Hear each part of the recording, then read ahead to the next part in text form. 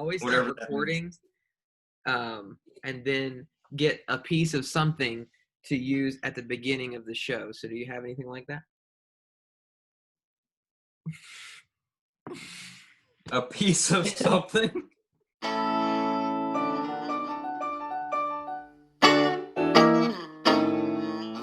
Dang it. Welcome to the Blake and Devin Podcast. We're glad you're here today. We're glad you're tuning in. We got a very special guest today that we're excited to talk to, one and only Mr. Rick Dooley. Rick, wave. There he is. Thanks for the wave. And I'm not sure if anyone saw you because we're not in gallery view. There we are. And how you doing? There you go. We're excited to be back with you today, and excited to be back on this 4th of July weekend, actually. So I hope your celebrations are well and that you're socially distant and that you're wearing a mask so that your whiskers don't get blown off by fireworks, right? Yes, absolutely. Safety first. Safety first. Cut my handlebar mustache. That's right. That's right. That's right. Okay. Well, we want to remind you, as always, to like the podcast, subscribe, and share so that more people can see the content and so that we can continue to connect with you.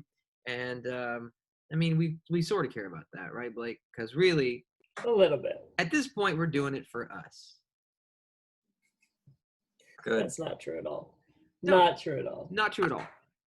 We do everything as unto the Lord. Okay, let's start off the podcast today with memes. And we've got some good ones. I'm excited about the memes today. So, Rick, I tell all our guests this. We have no sound effects. And so that guy is me. And it goes something like this. Me. And one day I'm going to talk Blake into going, of the week. And he won't do it. Not 1 week will he finish that sentence. I don't get paid to be the sound guy. So you don't get paid at all, right? It's funny because I don't either. Yeah, but you continue to do it. So it's true. I'm a sucker. Okay. First meme. I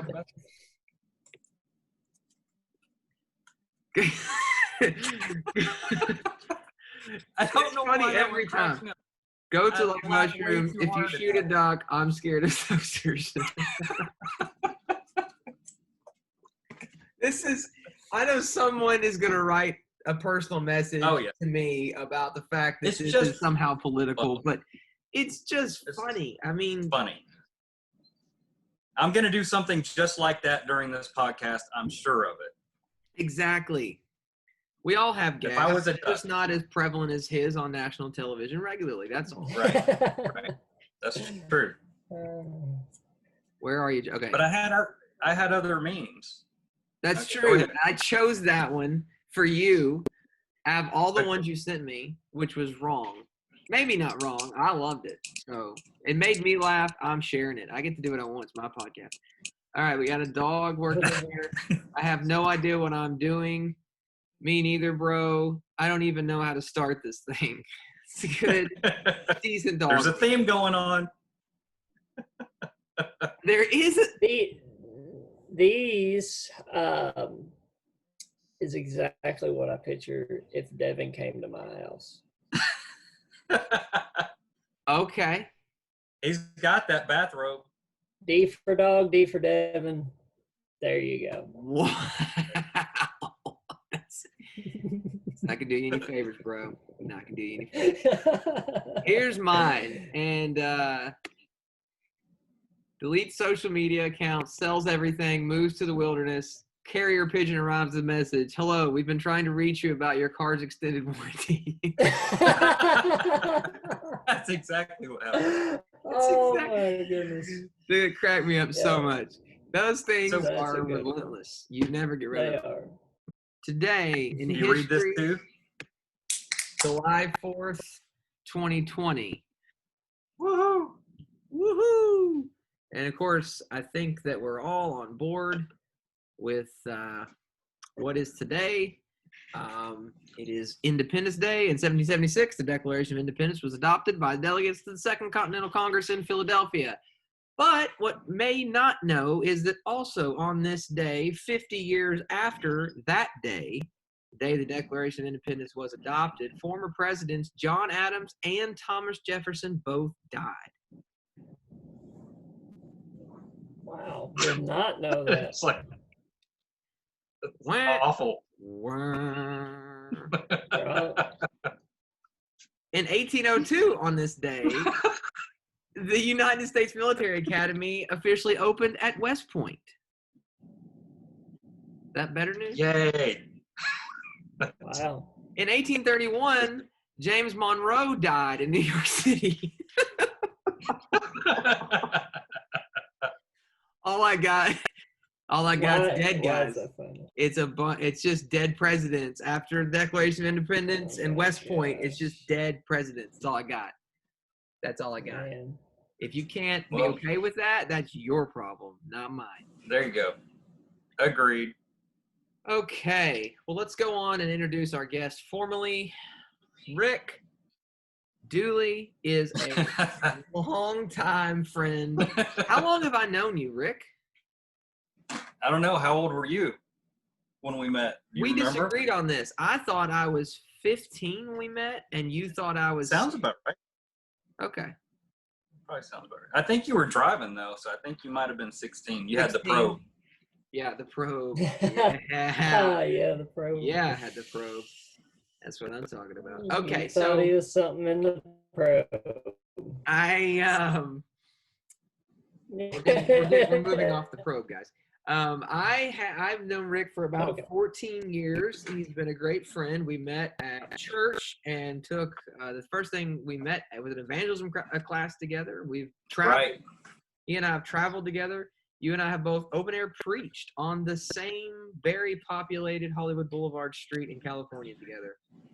That was 2008, I believe. 2008. That's right. Does that sound right? Or Yeah, no, that's exactly right. Yeah, 2 years after Okay. we met, we flew out to California with the group and went to the academy and ultimately ended up preaching, and it was awesome. Rick, as an occupation, is you work for the Federal Bureau of Prisons. Federal Bureau of I work for the Federal Bureau of Prisons. and I always say this wrong because you corrected me. You're not a PhD. So how do you describe your degree?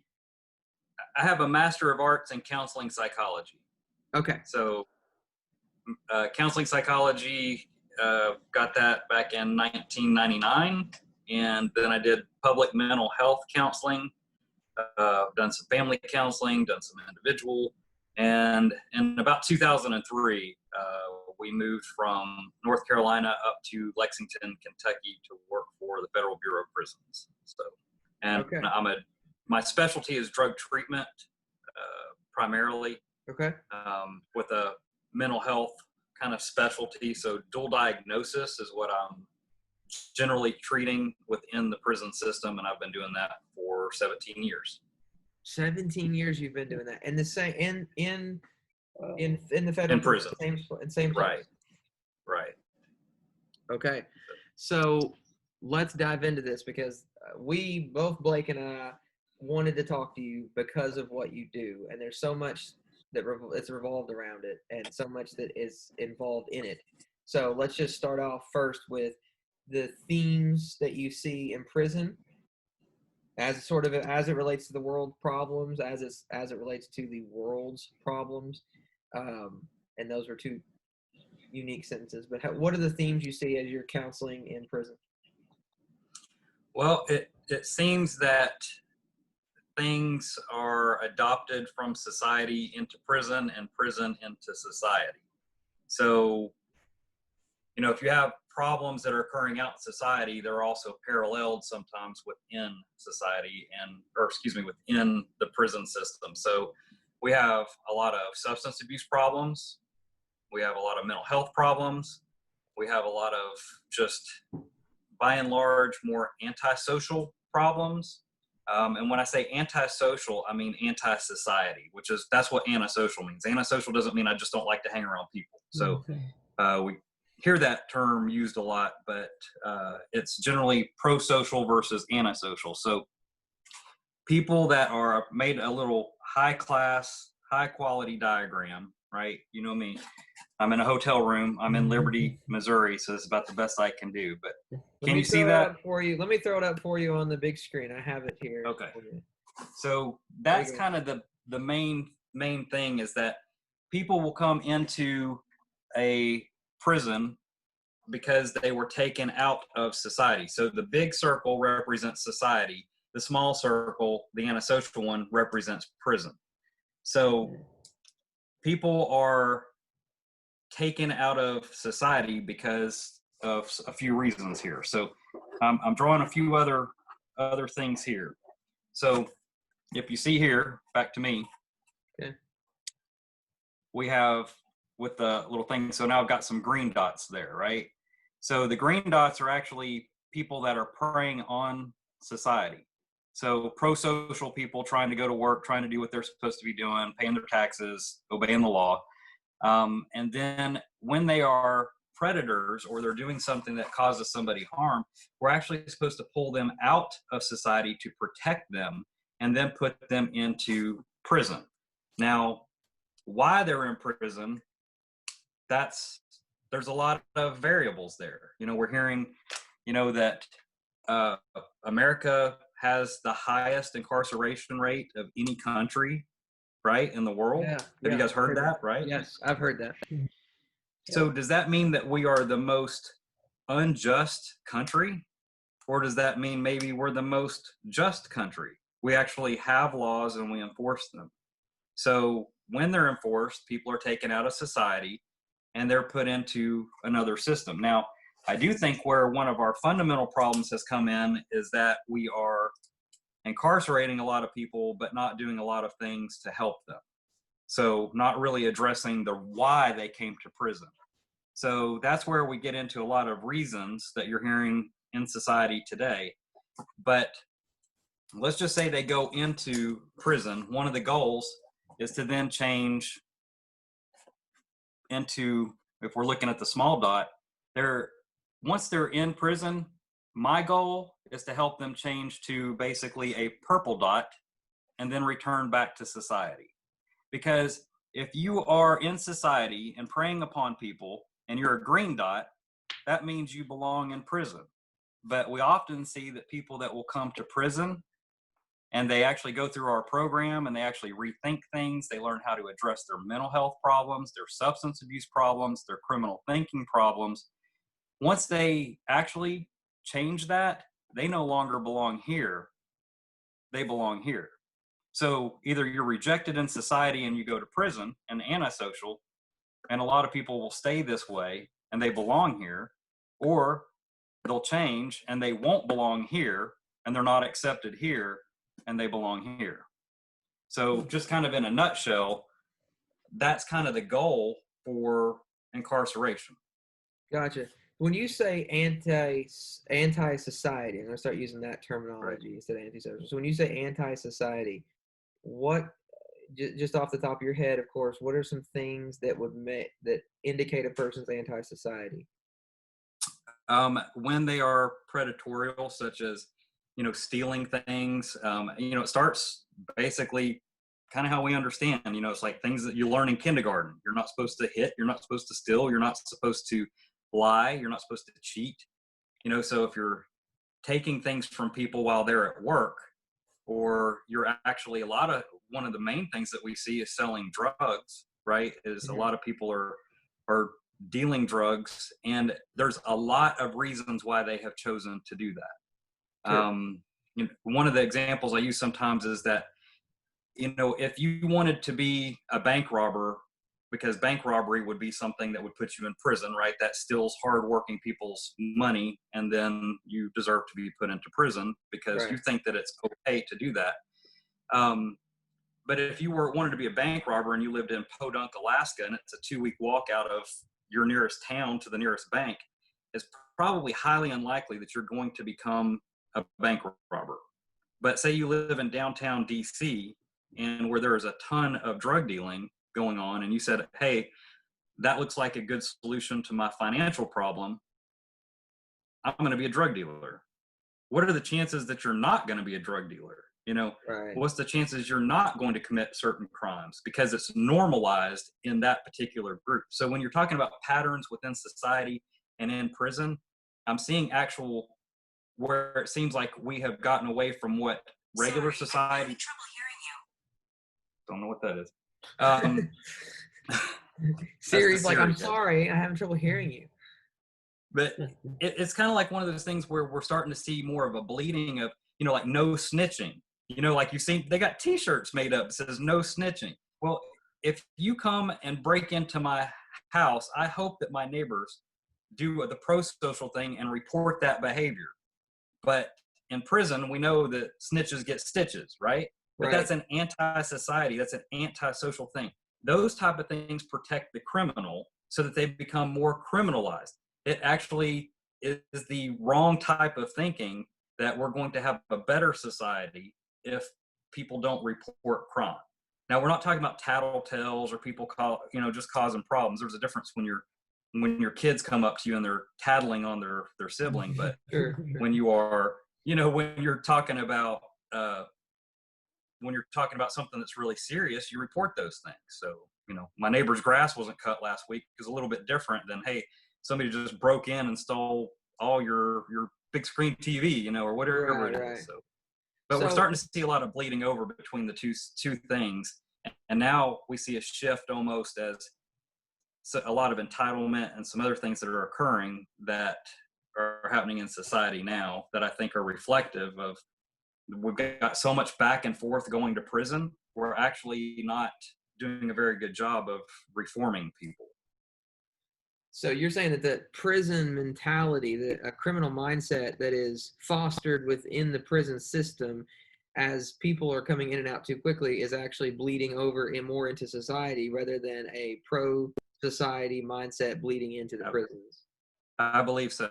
And so it makes it harder because one of the things, the benefits of doing treatment in prison versus out of prison is you have more of a structured environment where hopefully the drugs are harder for them to get. We're not saying that they're not there, but they are harder for them to get. And they're able to actually be clear-minded when they start learning how to think differently. And they start seeing, when you start pointing out these errors of, hey, by me not saying anything, that means I don't care. If I don't say something about something that's important, then when it comes time for somebody to rob my house, nobody's going to care about me. So we start setting up this whole system of just look out for yourself. Don't look out for anybody else. It's all about what I can get, and it's what I can get from you. So the basic premise of you're either a predator or you're prey, that's antisocial. That's anti-society. If I'm the predator and you're my prey. That's good stuff, Rick. You've talked about this just a little bit, but maybe just expand on your ideas here a little bit of, do you see any connection when you look at somebody who starts out pro society, but becomes anti-society? Yes. Do you see any connections in the outside world, and what would those things be? Well, I do think that there's been inequality. There's been, unfair treatment. There's absolutely no denying that. But I also saw some things like in the 90s where it seemed like growing up in a different generation, it was like where racial breakdown was there. Like things were actually starting to be so much more equal, where it wasn't so much of an issue. It was just an expectation that everybody was becoming more equal. And now things are almost being pointed out as everything is unfair. And there is unfairness. Nobody's saying that there's not.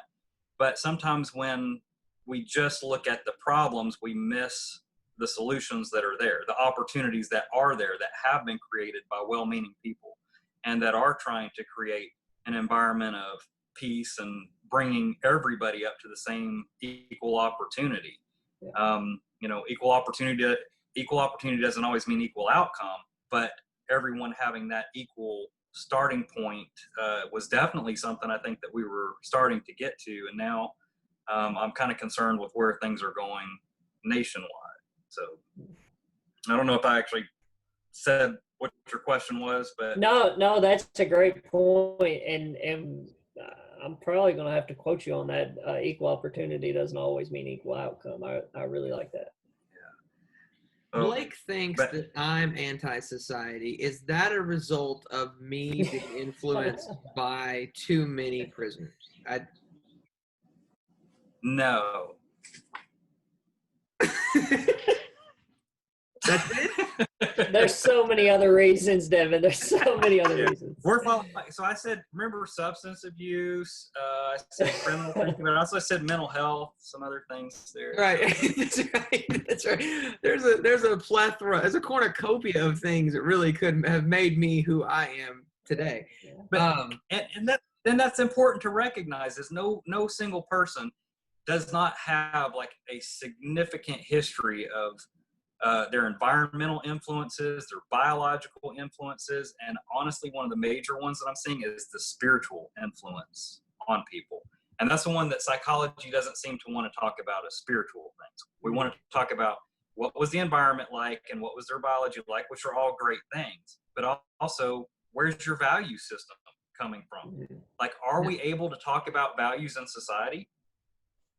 That's a great question. Okay, I want to follow up on that because two popular guys right now, Sam Harris, a popular atheist for millennials, and Jordan Peterson, a popular psychologist right now in Canada and now in the U.S., have debated this issue that you're talking about right there, which is where's the line of morality? And Sam Harris, as an atheist, would vehemently feel that sort of Christianity is bad for the world. Okay, which is a popular thing atheists think, is that religion's bad, and specifically Christianity.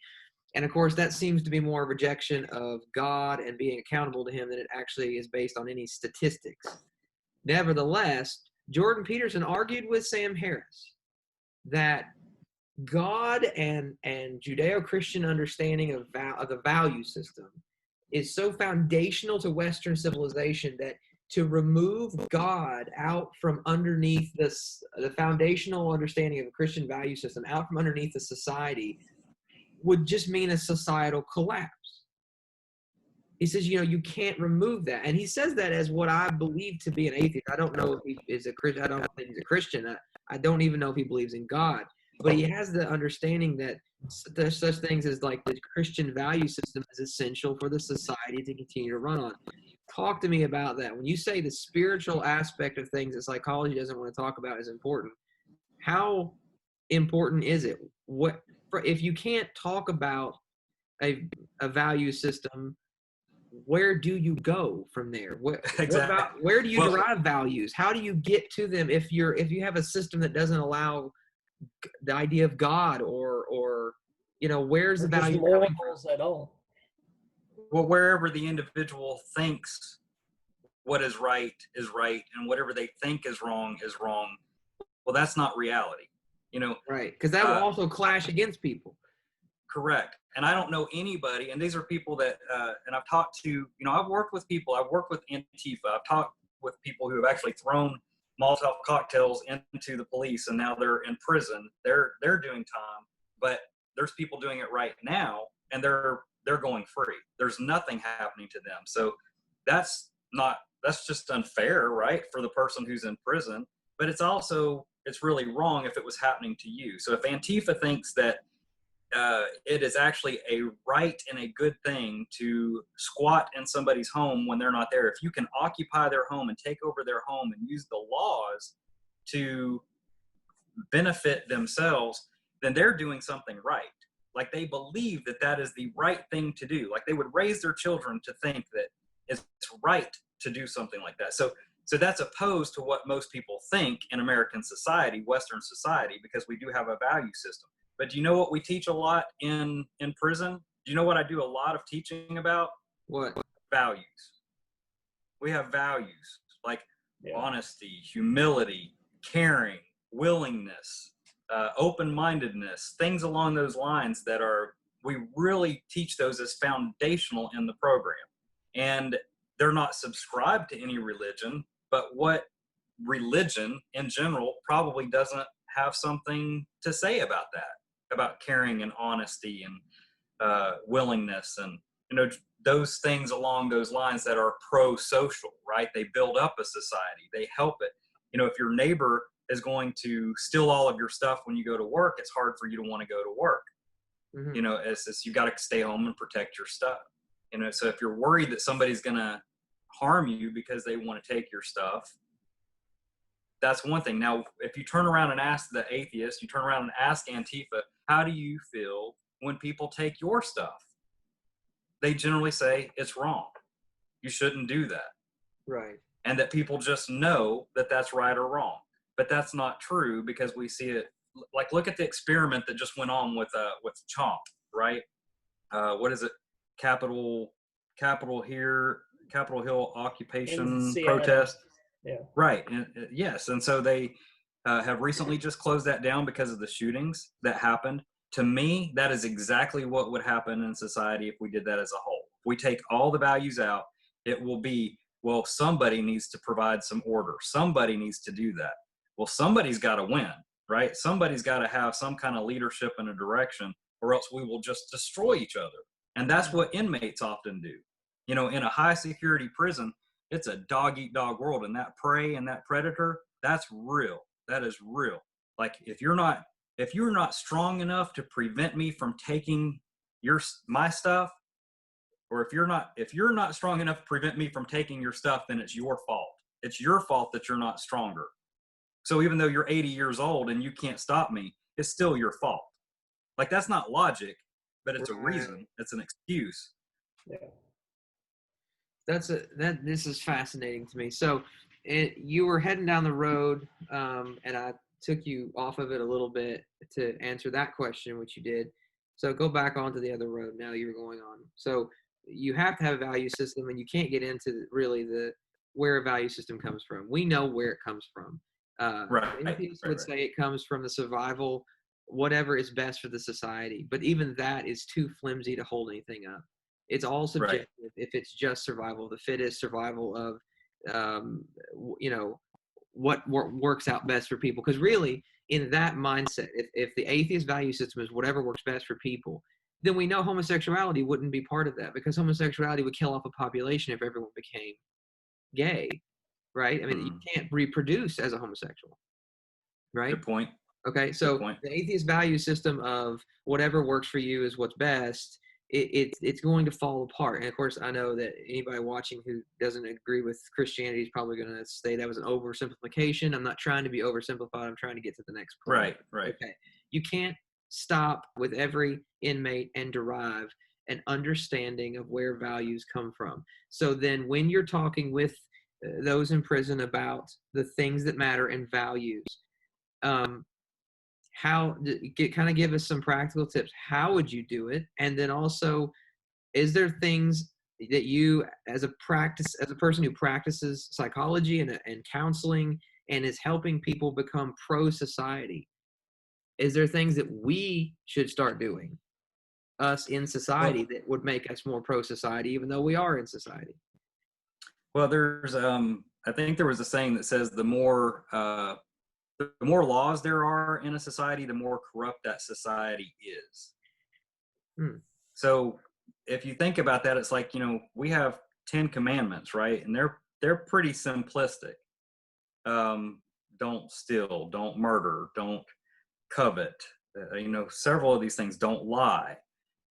So they're more simplistic, but then if you look at the laws that are on the book, I mean, how many thousands, 10,000s of laws do we have? And it's almost like we keep designing a society to allow people to push the limits, so to speak, to keep going farther and farther and farther, because nobody wants to be under authority. None of us like authority. Nobody wants to be under authority. But one of the things that I think is interesting in prison is, a lot of people will say there's nobody innocent in prison, right? Like there's nobody guilty in prison. They're all innocent, right? Like they're going to tell you, I'm innocent. Not in my experience. In 17 years, I have had nobody tell me that they were innocent ever. So you have all these laws, and they're like, yeah, I broke the law. But what I have had is sometimes people will go, well, I didn't really break the law like they said that I did that particular time. But I was like, well, how many times would you have, or what kind of sentence would you have gotten if you would have gotten arrested for everything that you had been doing wrong? And then it's like, oh my gosh, I'd be 100 years in prison at least, because we don't get caught. How many times do you speed and you don't get caught? It's that one time when you get caught and you're like, oh my gosh, why did he pull me over? He didn't pull everybody else over. Right. We're still just as guilty. So maybe I was stealing in Walmart, 20 times, but that 21st time I got caught. And maybe I had done it a little different. And so I felt slighted. I didn't think that I thought my excuse for stealing was going to get me off the hook. But, these things it becomes more and more like about the laws, so the laws are not the problem, an unjust law or something along those lines. We start looking at the law. Well, the law is to bring awareness that we're doing something wrong and that we're supposed to correct it to get it back on track. And so if we're not doing that as a society, we're actually almost leading people farther along. Well, I can get away with that. Well, that's not really breaking the law. And when you start splitting hairs, when you get into the deep criminal mindset, all they're looking for is loopholes. And the more they talk, the more they convince you that they need a loophole, that you're the one that's unjust. You are the one that's not being fair. You are the one that's being mean. And they really are excellent at twisting that around and actually making you second guess yourself. And I find that with the really experts. But so the justice system is not necessarily the problem. Like I said, we have a just society that has laws that incarcerate people who break the law. If I was living in another country and I heard, well, so many millions and millions and millions of people, whatever percentage it is that's incarcerated in America, I would be afraid to visit America because I'd be afraid I'd get thrown in jail. But that's not usually what happens because we're not dealing with in a society that's just throwing everybody in prison. We're generally dealing with people who have broken the law many, many times. They know it, and they come to me knowing, yeah, I have a lot of criminal thinking.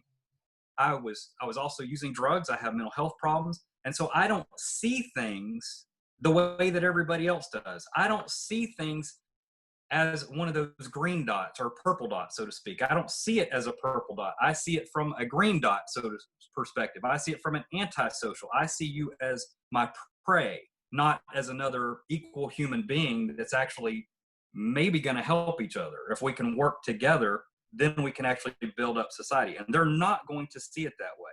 And that's where I kind of get to a part where I deal with a lot of mental health issues, depression, anxiety, schizophrenia, bipolar, just all types of different mental health.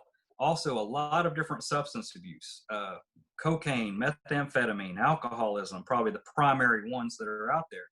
But there's a reason why people often do things, and it's because of their perception that this is a solution to my problem. So I have a problem, and whatever I'm doing, whether that be alcohol, drugs, crime, it's generally a solution to my problem. And then I get thrown in jail, and I'm like, well, why did I get thrown in jail? Because I'm just trying to find a solution to my problem. And at the time, it seemed like a really good idea. If I'm poor and I have a hard time taking care of my family, I am tempted to commit crime so that I can make money to take care of my family. But somebody that has a value system says it's more important for me to be with my family than be away from my family. So I'm not going to do anything that risks me being taken out of society with my children and put into prison. Because every single person that I talk to in prison, that's their number one thing is family. Family has value. Family has something that money can't buy. If I could give them a hug, I asked them, I said, well, if I could arrange for you to get a hug from your child right now, how much would you pay? And they're like literally tears in their eyes, almost like it's priceless. I would pay anything to be able to do something like that. And of course, the point is that it's not about money, it's about what's priceless. And sometimes we really lose perspective on that. But that's actually factual. That's actually stuff that biblically, I think that we can understand a value system that is deeper than what money can buy. And it's not what you have. It really is, how are you treating other people? How are you treating God's creation? Not being esteeming the creation over God, along those lines. So I'm not sure if I'm saying that really well, but it's some people cannot see that what they're doing is actually a problem. They see it as a solution. And so you're the problem because you won't let me do what I want to do. What are some tips that you would give us as pastors to help counsel someone to not be or not get to the point of antisocial? Well, I think that part of what's going on with our society is it's kind of like a doctor's office, where we're often going to the doctor's office and we want to find out, like, where's this pain coming from in my side? And the doctor just says maybe something like, well, here, take this medication, it'll make the pain go away. Whatever it is, anything from indigestion to, kidney stone or something, I don't know. But somebody might give a medication so the pain goes away, but the problem doesn't get fixed. And so we're often missing the ability, even in our medical system, to look deeper into what is the root problem. And so, I've said all of this stuff so far. I'm like, well, there's laws, there's a justice system. We're basically saying we're going to enforce some laws, and now we're not. And we just keep moving that down farther and farther and farther to where is that criminal line? But what I'm saying is ultimately it's not about just looking at what is the symptom as to why somebody came in. It's really about addressing the root problem, and that's going to come down to biblical.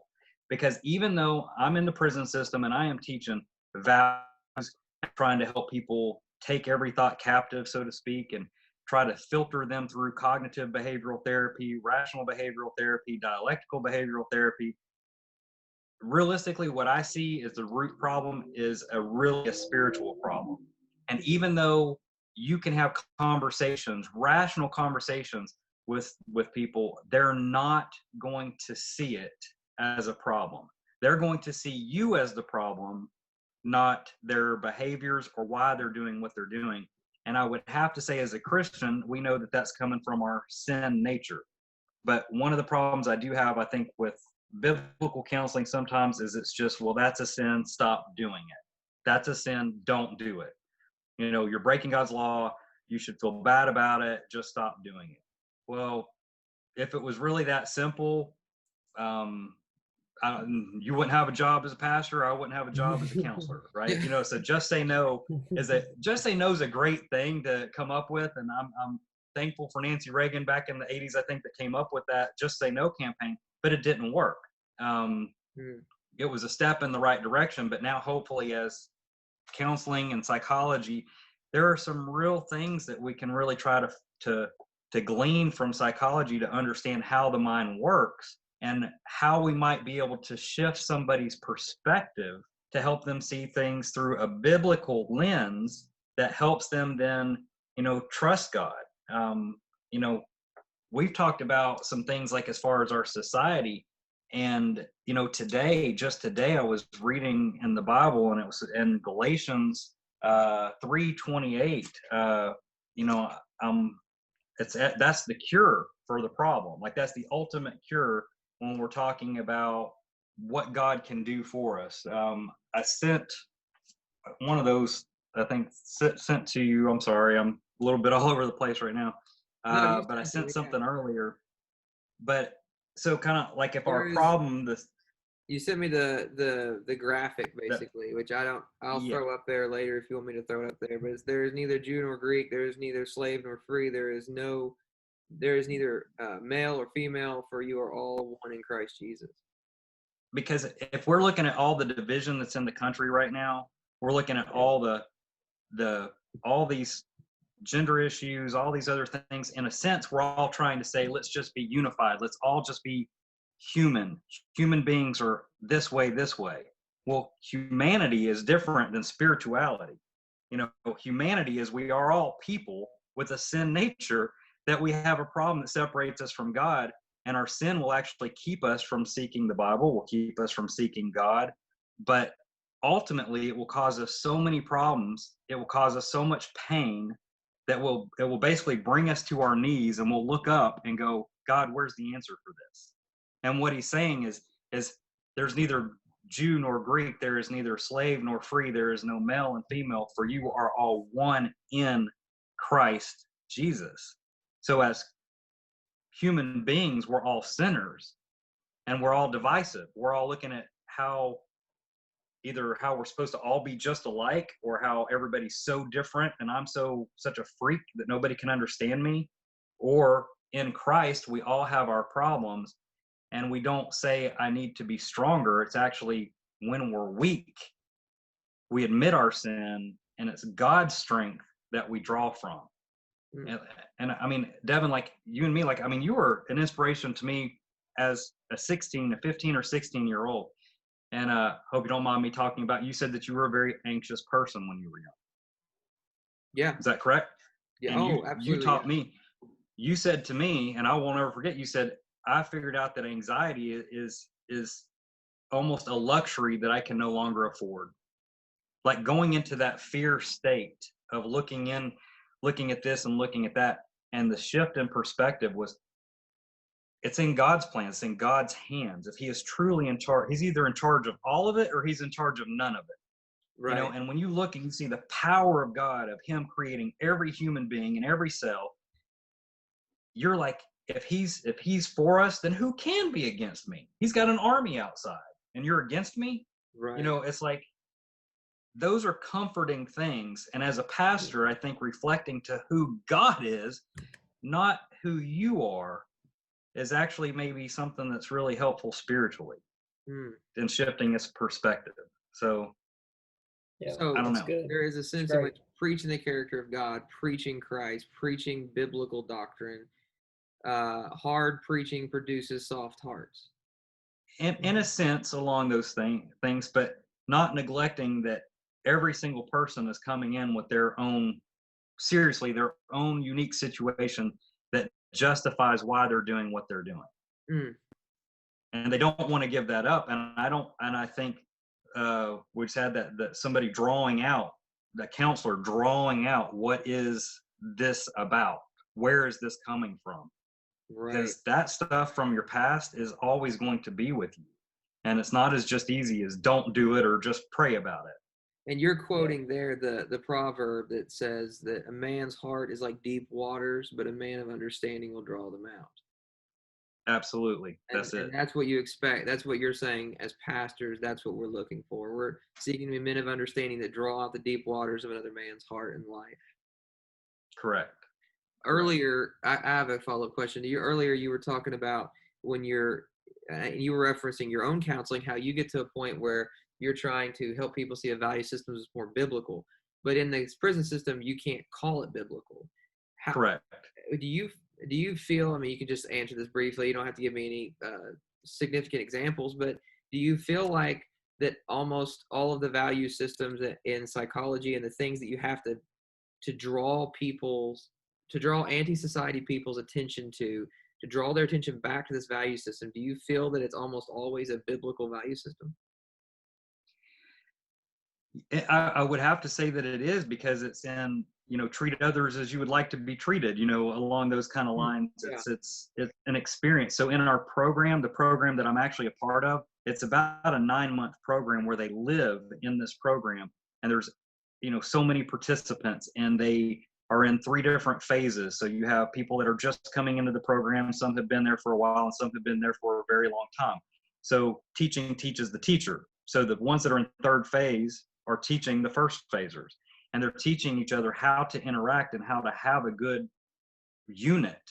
And they live together and they work together. And it's one of the best forms of treatment for antisocial behavior, because they get to experience it and they call each other on it. But it's very, very much under an authority. It is under an authority, and that authority is often me and my coworkers and in the prison system. So you have to behave a certain way. So you almost have to play the game, because they don't believe it at first. You almost have to play the game to see the benefits of it. And once they experience the benefits of it, they're more likely to repeat that behavior. But those things that they're practicing are values. And where do those values come from? As we said earlier, innately, they're going to come from Christ. They're going to come from God, who's created us to function a certain way and tear ourselves apart in another. And the Bible says, the devil's there as a roaring lion to steal, kill, and destroy. That's an antisocial. Wow, that's amazing. That's the defining qualities of the anti-societal types that you're describing. Even the descriptions of those come from the same description as Satan. That's pretty amazing. All right, well, I want to ask you before we do the hot seat about marijuana. Okay. Let's talk about marijuana. Let's talk about the doobie. Woo! I personally have been have preached in jail several times in prison ministries, and I have had not high. Okay, second. Let's not ask personal questions like that because sorry. Have to lie. Plausible deniability. Hey, you were scratching your nose. Were you just doing a little cocaine? Now, listen, if I wanted to run a cocaine business, it'd be the easiest time of my life to do it because I'm always covered in drywall dust and no one would know the difference. It would be Blake, the camera cut away for just a minute and I saw him come back and doing that. I'm like, I don't know what's that about. Can I make it through? A lot of cuts in this show. A lot of editing. We're gonna go on to hot seat. I want to hot seat. Ask you a bunch of personal questions. I'm gonna let Blake start. We always start my timer on my phone with 2 minutes, and then Which one's better? Which do you like better? I like Allure. Aloe vera mango. Allure. You like what? Allure. Oh. Never had either. See, there you go. All right, Blake, you ready? Product placement. All right, hot seat starts now. Rick, how many states have you lived in? I think 4 or 5. So, do you want me to name them? Yeah, go ahead. Georgia, Tennessee, California, North Carolina, Kentucky, and we're moving to Kansas City, Missouri, basically. So. What's the best job you've ever had? Is it this one or is there another one you liked more? No, I was a raft guide in college. That was awesome. Nolichucky Gorge. That was fantastic. That was the best job I ever had. Couldn't get paid anything, but it was a whole lot of fun. So. Go, Blake. Favorite story of your job in prison? Oh, no. Do you have one that stands out? We'll bleep you out. I know it's I can only... My nickname? Is that what you said? No, I didn't say that. I don't know what you're talking about. What nickname, Rick? Tell us about your nickname. No, it's not. But no, I can only think of like bad, like really kind of bloody things that are coming to my mind, which are not like my favorite stories. That's what's coming. Like really. Oh man. People died, and it's pretty bad. Oh my Lord. They're not no success stories. No.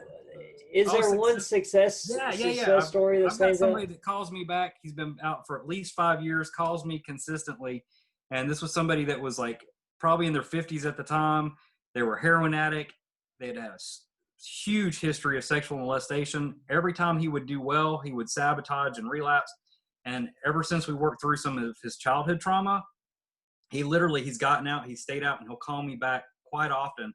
And he's just like, he's one of the rare people you hear that say, I'm really happy. He will say, I'm happy.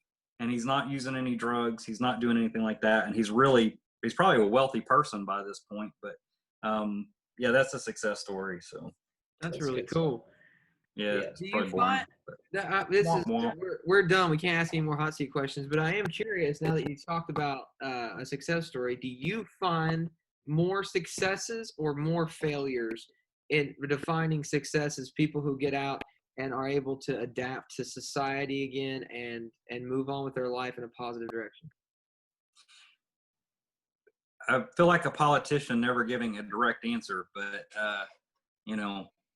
it's one of those things that kind of depends, because success when it comes to drugs is often not a linear progression. Like it's not always straight up.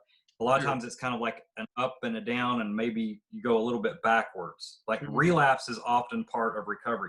The average person goes through treatment 3 to 5 times. So I'm often part of that recovery process. So if I put all my eggs in one basket of saying that person failed and relapsed and came back to prison, I often see that as almost a part of success, because they learned something. If they came through a program, they learned something that will now be a building block for them to learn again and do better when they get out.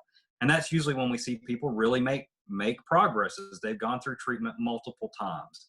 And, so that's rewarding, but you don't always get to see any success because they leave my prison system and I generally don't see or hear from them again. So. That's a great answer, though. I really appreciate that, because it involves it gave us an insight into counseling, and also it dealt with people as on an individual basis instead of as a statistic or a group mentality, which I deeply appreciate. Success or failure. Right. Exactly. Yeah. Because we think too much in what group are you in, success or failure. White, rich or poor. Like, we put people in groups constantly, and we forget about how to deal with people's individual. And I think psychologists right now are probably more on the forefront of understanding individuality than anybody else, because every person's different. And when someone comes in to see you or has to use your services, you have to deal with them and not their group. Absolutely. I think that is something when we talk about biblical pastoral counseling. Is, do you often just look at somebody and go, man, they just failed? But when we look at ourselves and our own progress with our walk with God, we may still go into sin, and we will go into sin, but does our frequency, is our intensity, does that change when we look maybe 10 years back? We're still dealing with the same thorn in the flesh? Mm-hmm. Or has it changed in 10 years? And the grace of God, the only time I have ever personally been able to find victory over sin is when I receive the grace of God. Mm-hmm. I don't deserve it. I don't deserve it one bit, but God forgives me somehow, some way, and it draws me towards his grace, and I want to do better for him. But as long as I've got this earthly body, I'll always struggle with that. But as a pastor, it's like, do you just beat people up? It's like, you failed, now you're out of the congregation? Or do we understand you will always battle with the sin until the day that you die? Mm-hmm. Amen. Man, that's a good word. Let's end on that. Man, thank you so much for being on the podcast today. Yeah, absolutely. Conversation. Absolutely loved it. I hope everyone watching is able to glean a little bit, and hit us up, message our page with your questions or follow-ups, and we can always have Rick back on again and answer more questions. You might be the only guest we've had back that has just a whole hour to himself for Q&A. I would be asking you questions if I had the chance. I would interview you, so we should do that. Okay, we'll have you back on. We'll have you back on to grill me. Or you can start your own dang podcast and have me on. That's just a suggestion. Just saying. Matter of fact, I've been looking for a new podcast partner. Are you? Well, we'll talk later. All right. I don't look as good as a cowboy hat, though. But nobody's got this, Big D. Nobody's got this. Rick, thanks for being on, man. Guys, absolutely. Don't forget to like, subscribe, thanks so much, Rick. Share, and we'll see you next week. Happy 4th. See you guys.